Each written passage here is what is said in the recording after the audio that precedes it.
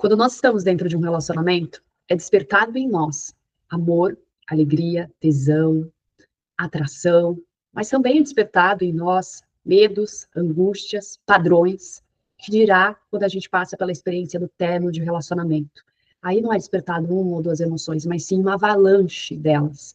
Por isso que no vídeo de hoje eu quero conversar com você sobre como lidar com a raiva após o término de relacionamento. Então, seja muito bem-vindo por aqui. Se você não é inscrito no canal, se inscreva, ative as notificações, porque além desse vídeo, eu tenho outros vídeos aqui no canal e eu espero que eles contribuam com o seu processo para que você se permita escrever uma nova história após o término de relacionamento. Hoje, nesse vídeo, eu quero conversar com você sobre essa emoção que é tão intensa, mas ela é tão comum e ela está presente no nosso dia a dia.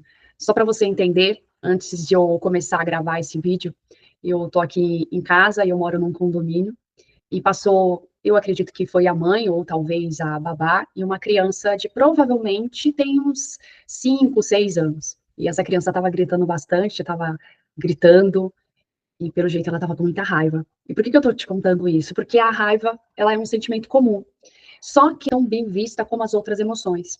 Uma pessoa com raiva, gritando, se batendo, ou até mesmo batendo em alguma outra pessoa, a gente olha e fala, nossa, essa pessoa é desequilibrada, essa pessoa está enlouquecida. E quando a gente está com raiva, acontece isso. E quando eu estava preparando os tópicos que eu ia tratar com você aqui nesse vídeo, eu me lembrei de uma cena que eu vivi na minha adolescência. Acho que eu acredito que eu tinha por volta de 12, 13 anos. E eu estava na casa dos meus tios. E quando eu estava lá, a minha tia chegou. E ela chegou com muita raiva. Engraçado que a gente percebe quando a pessoa ela está com raiva, a forma que ela fala, o tom de voz, as atitudes, e ela entrou em casa abrindo a porta com muita força, ela foi derrubando algumas coisas, e ela foi para o quarto, abriu o quarto e começou a tirar as coisas, as roupas e os itens do meu tio do guarda-roupa e jogar tudo no chão. Ou seja, quando eu vi aquilo, nossa, aconteceu alguma coisa, eles brigaram e ela vai colocar ele para fora.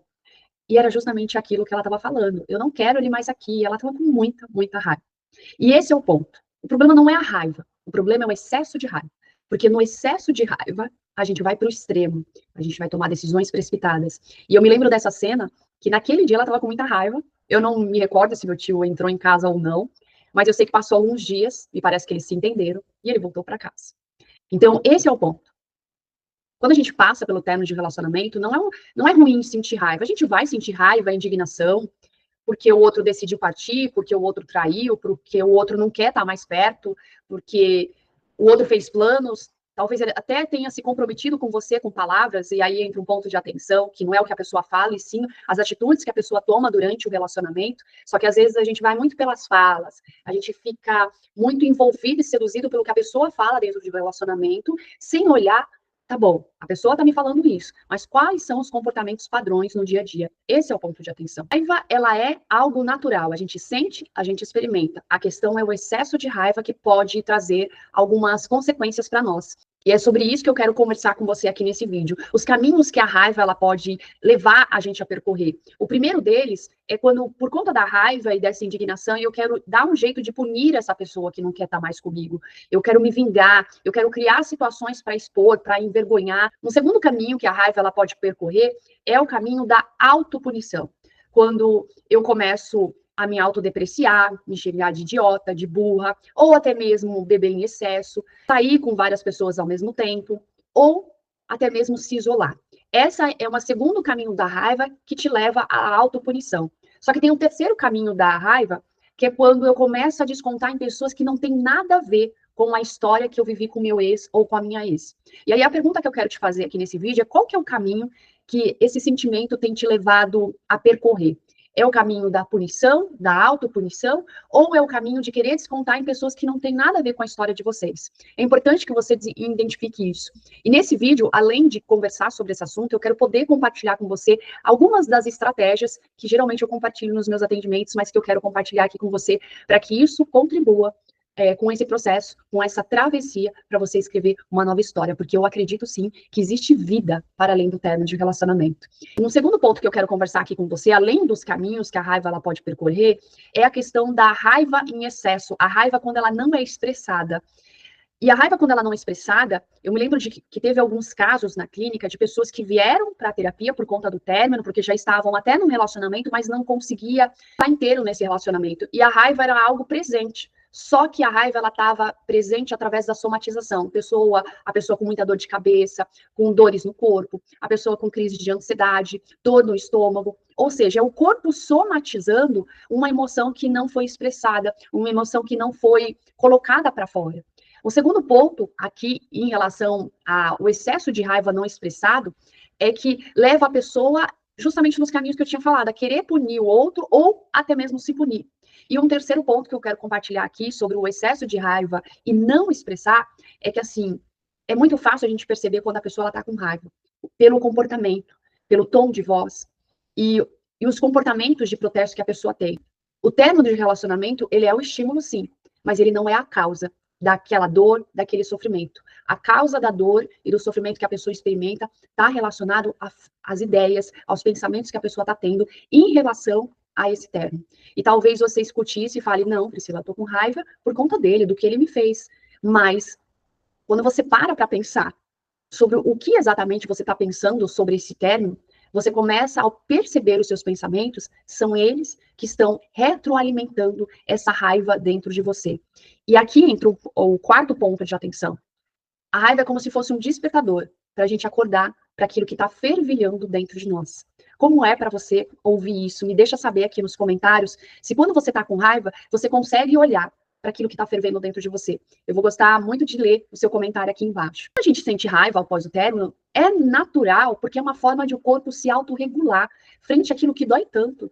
E para muitos dói como se fosse uma dor física. Quando a gente tem um machucado, provavelmente você dá atenção para aquele machucado. E por que não dar atenção para algo que ninguém está vendo, mas para algo que você está experimentando?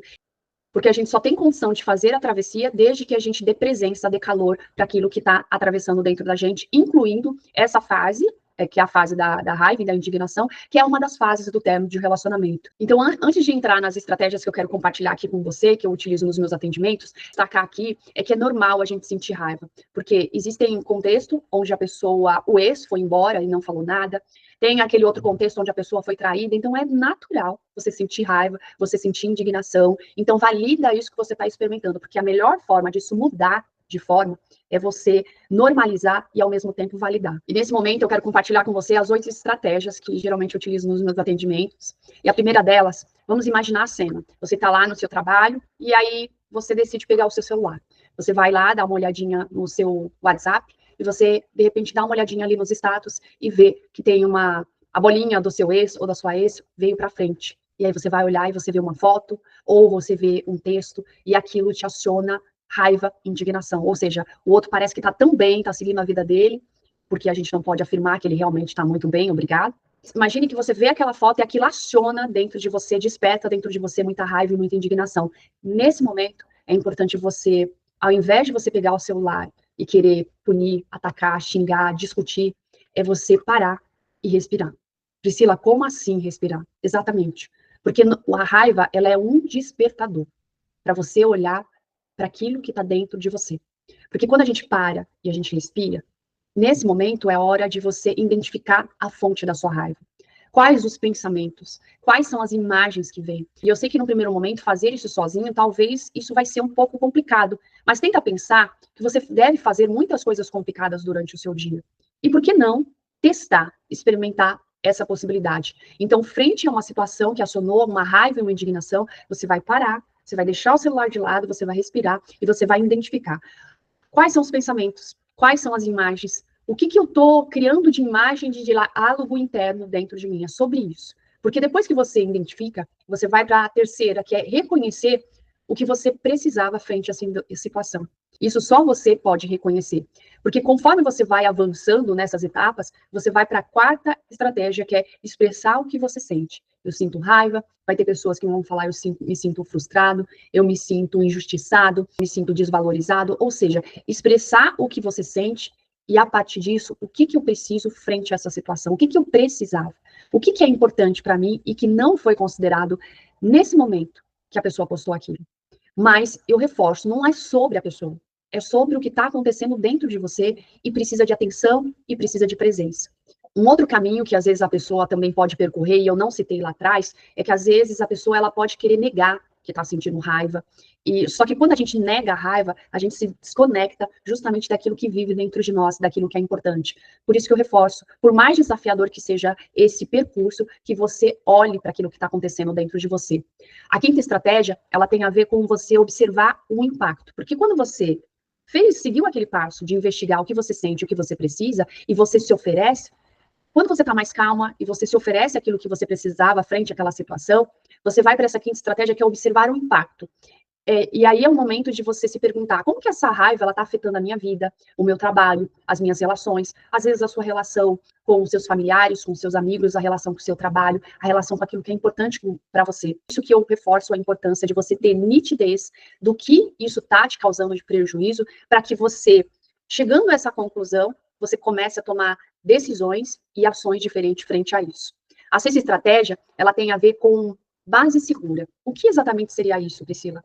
Tem algumas pessoas com estilo de apego inseguro, ansioso. O que quer dizer isso? Eu já dei uma pincelada nos últimos vídeos que eu falei aqui sobre os estilos de apego, mas a pessoa que ela tem um estilo de apego mais inseguro ou ansioso, ela tem uma maior necessidade. Não é um defeito, é uma particularidade. Ela precisa de maior proximidade e intimidade com as pessoas, que ela possa se sentir segura. Por isso a importância de você buscar uma base segura para conversar, para sair, para suprir essa sua particularidade, que é estar entre as pessoas que você ama e pessoas que você se sinta seguro, para você conseguir se autorregular.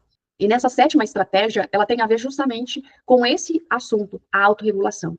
Porque não é só a sua cabeça entender, é você também dar espaço para o seu corpo se autorregular. Porque corpo e mente, eles precisam desse espaço para autorregulação.